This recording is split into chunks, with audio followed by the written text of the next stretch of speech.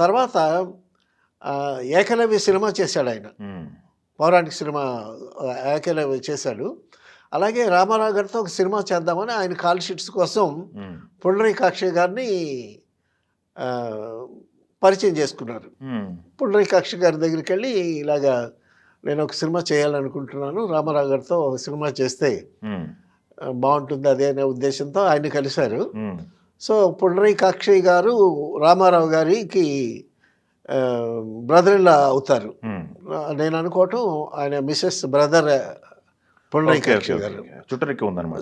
చుట్టరికం హ్మ్. అనమాట. హ్మ్. హ్మ్. హ్మ్. సో, సరే ఇవాళ రామారావు గారు ఫ్లోర్‌లో స్టూడియోలో ఉంటారు.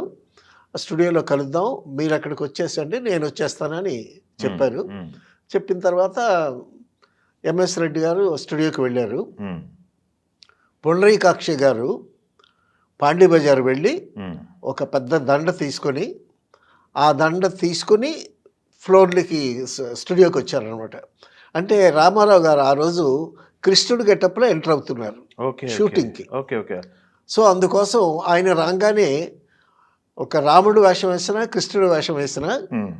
పుండరీకాక్ష గారు పాండీ బజార్ వెళ్ళి మంచి దండ ఆర్డర్ ఇచ్చింది ఆల్రెడీ. హ్మ్. వచ్చి ఆయనకి ఆ గెటప్‌లో కృష్ణుడు గాని, రాముడు గాని ఆ గెటప్‌లో రాంగానే హ్మ్. ఒక దండ వేసి లోపలికి ఫ్లోర్‌లోకి తీసుకెళ్ళటం. తీసుకువెళ్ళటం అనేటటువంటిది అరుదైంది.